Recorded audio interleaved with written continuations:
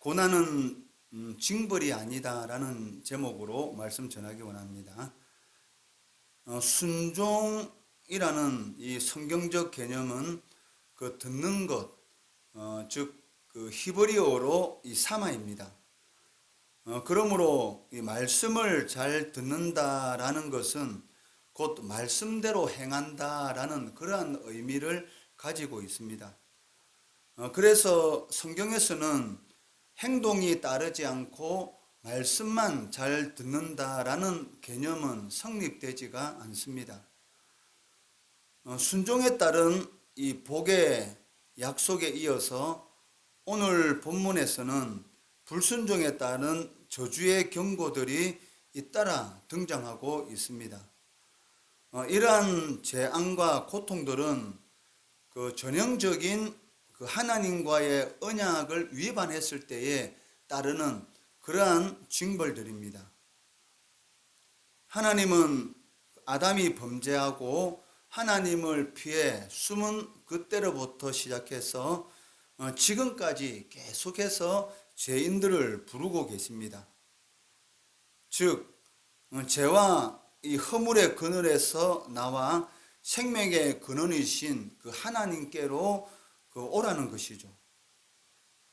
그렇지만 아담이 여호와의 얼굴을 피해서 숨었던 것처럼 그 또한 요나가 그 다시스로 가는 배 밑에 숨었던 것처럼 우리들도 종종 그 하나님의 시선을 피하려는 그러한 모습을 보일 때가 있다는 것입니다. 이로 인해서 우리의 삶에 이 고난의 시간이 다가오기도 하고 또 환난의 시간 가운데서 신음하는 그러한 삶을 살아갈 때가 있습니다. 그렇지만 그 하나님으로부터 오는 이러한 고난들은 그 징벌이 아니라 하나님이 우리를 부르시는 그런 하나님의 음성이며 하나님의 손길이다라는 것을 믿어야 한다는 것이죠. 그럴 때에 그러한 고난도 우리가 기쁘게 받아들일 수 있는 것이지, 만약 선하신 하나님의 그 섭리를 믿지 않고 단순한 하나의 고난과 고통으로만 받아들이게 된다면 그러한 일을 당할 때마다 아마 우리의 입술에서는 이 원망과 불평의 말이 끊이지 않을 것입니다. 우리는 그 하나님의 백성이기에 하나님의 명령을 청종하는 것은 당연합니다. 만약 우리가 하나님의 규례와 법도를 멸시하고 하나님의 계명을 준행하지 않는다면 그 하나님과의 이 언약을 배반하는 것이 되고, 이는 곧 그 하나님을 배신하는 그러한 것을 의미하게 된다는 것입니다. 14절 15절 말씀해 보시면, 그러나 너희가 내게 청종하지 아니하여 이 모든 명령을 준행하지 아니하며 내 규례를 멸시하며 마음에 내 법도를 싫어하여 내 모든 계명을 준행하지 아니하며 내 언약을 배반할진대라고 말씀하고 있습니다. 하나님께서는 이스라엘을 선택하시고 그리고 구원해 주시고 시내산에서 하나님의 백성 삼으시고 그들 가운데 임재하셨습니다. 이러한 모든 그 관계들은 그 하나님과의 이 언약에 기초하고 있다는 것이죠. 그러므로 이스라엘은 그 하나님의 이 언약 관계 안에, 즉 하나님의 법 안에 있을 때만이 온전하게 살아갈 수가 있다는 것입니다. 16절, 17절 말씀해 보시면 그 하나님이 불순종한 이스라엘에게 내리실 이 재앙과 그 패배가 묘사되고 있습니다.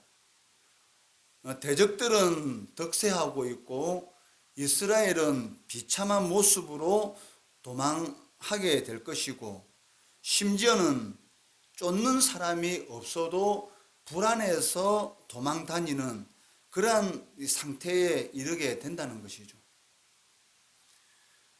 죄인이 그 하나님을 마음에 두기를 거부할 때에 하나님께서는 상실한 그 마음대로 내버려 두시겠다라고 말씀하고 계시고, 그러한 마음대로 내버려 둘 때에 그 모든 불의와 악 가운데서 살게 되는 그러한 모습을 보게 됩니다.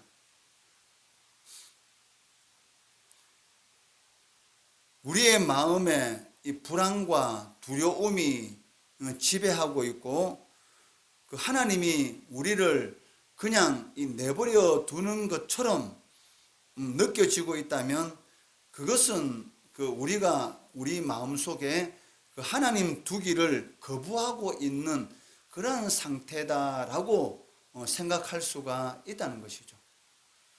그러니까 마음에 하나님을 두기를 싫어하는 그러한 이런 신앙의 상태가 이르게 되면, 그 뭔지는 모르지만 이 두려움과 염려 가운데 쫓기게 되고, 누군가가 나를 쫓아오지 않는데도 불구하고 쫓기는 것 같은 그러한 그 두려움에 빠지게 되는 것이죠. 즉 한마디로 말하면 그 삶이 이 혼란스러운 삶, 그러니까 질서가 없어지고 이 두려움과 염려 가운데 빠지는 그러한 이런 혼란 가운데 떨어지는 그러한 삶을 살 수밖에 없다는 것입니다. 아담이 그 죄를 짓기 전까지만 하더라도 하나님과 이런 친밀한 교제의 관계에 있었습니다. 그렇지만 이 죄를 짓고 난 이후에 뭔가는 모르지만 이 두려움이 엄습하게 되고, 그로 인해서 이 나무 뒤에 숨는, 쫓아오지 않는데도 불구하고 무엇인가 자신을 끊임없이 이 쫓아오는 것 같은 그런 이런 혼란의 삶 가운데 빠짐으로 이 숨는 그러한 이런 모습을 이렇게 보였던 것이죠. 그 요나도 마찬가지지 않습니까? 누가 쫓아오지 않는데도 불구하고 뭔지 모르는 이런 두려움 가운데서 배 밑에 숨는 그러한 이런 모습을 보이고 있는 것이죠. 우리의 이 마음속에도 그러한 두려움이 임하고 있다면, 내 마음 가운데 내가 하나님이 싫어하는 그러한 그 상태에 있구나라고 생각하면 어쩌면 그 옳은 그런 영적 진단을 하고 있다라고 볼 수가 있습니다. 하나님의 이 징벌에는 그 분명한 이 목적이 있습니다. 그것은 그 하나님을 청종하게 하려는 그런 이 하나님의 그런 이 목적이 있다는 것이죠. 그런데 이러한 징벌에도 하나님의 말씀을 청종하지 않게 되면 그 7배나 더 큰 징벌을 받게 될 것이다 라고 경고하고 계십니다.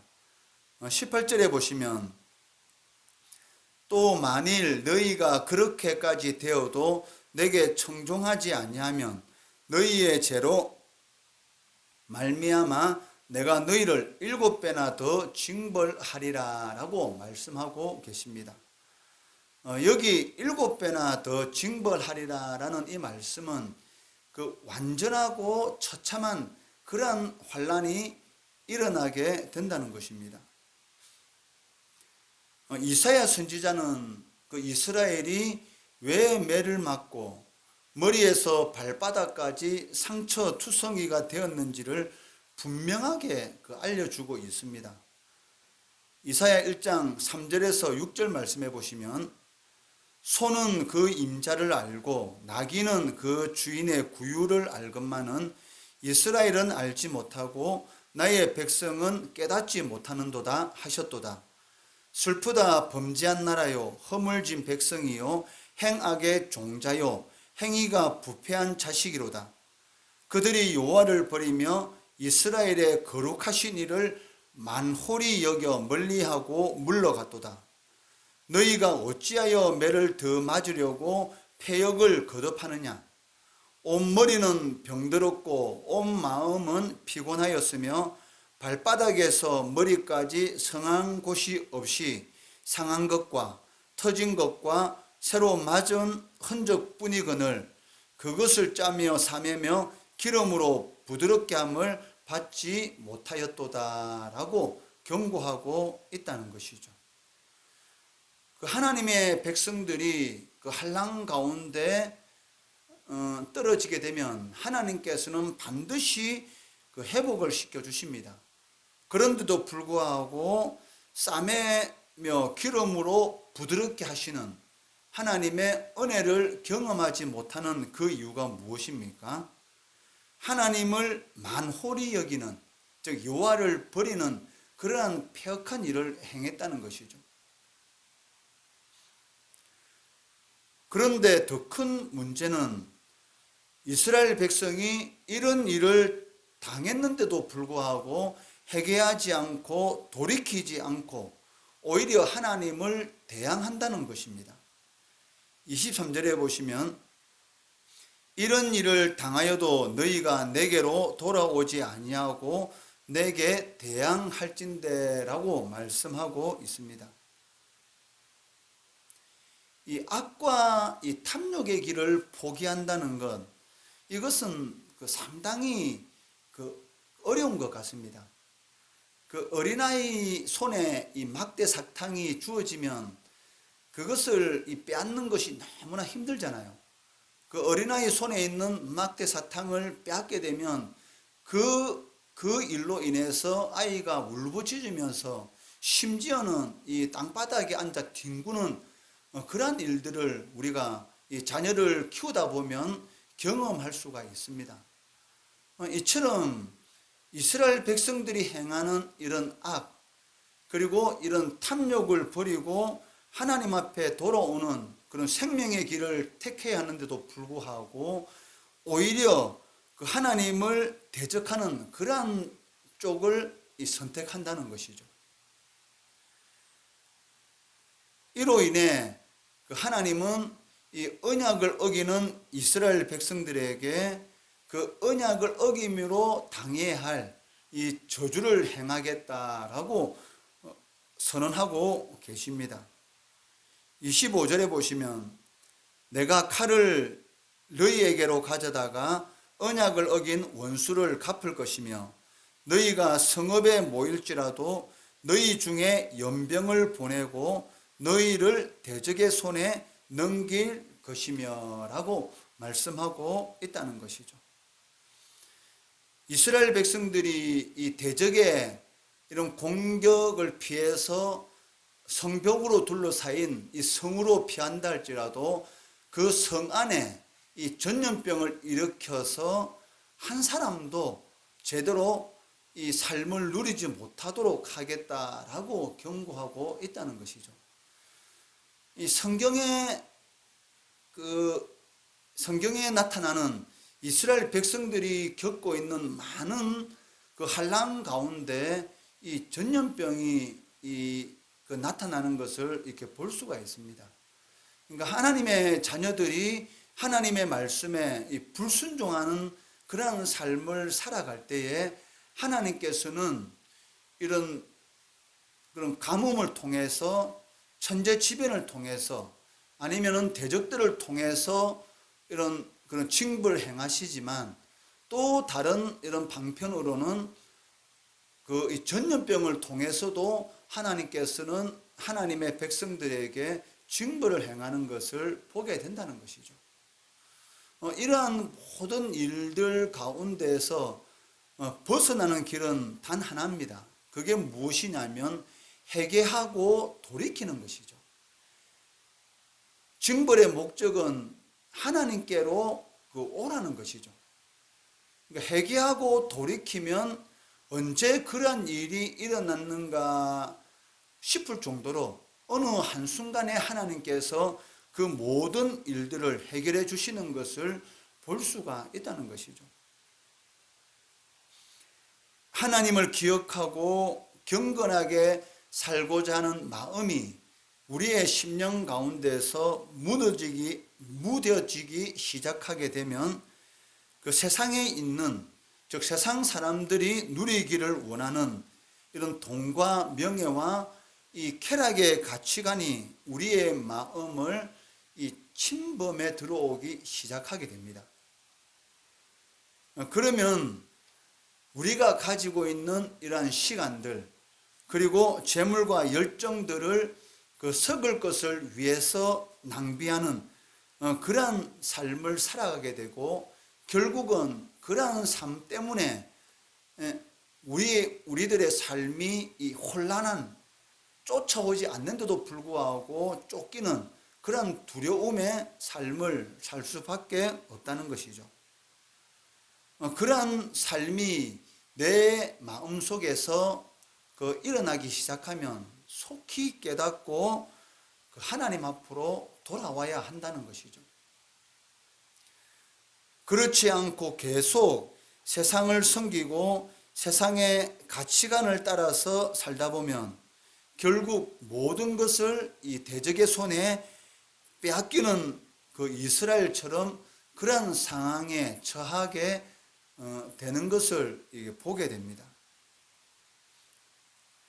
그렇기 때문에 우리의 이 신앙의 근본이 무엇인지를 돌아보고 주님 안에서 항상 이 경건한 삶을 살도록 노력해야 됩니다. 혹 하나님의 이 부르심에 대한 그러한 이 마음이 둔감해지기 시작했다면 그때가 이 위기의 순간이라는 걸 깨닫고 전적으로 하나님을 신뢰하고 하나님께 매달리려는 그러한 이런 신앙의 근본의 모습, 즉 이 처음에 그러한 모습으로 이렇게 돌아가야 된다는 것이죠. 그럴 때에 하나님께서는 혼란스러운 우리의 삶을 다시 회복시켜 주시고 하나님의 복을 누리도록 만드신다는 것입니다. 이러한 하나님의 복을 누릴 수 있는 우리 성도들 되시기를 주의 이름으로 축원합니다. 이 시간 함께 통성으로 기도하기 원합니다.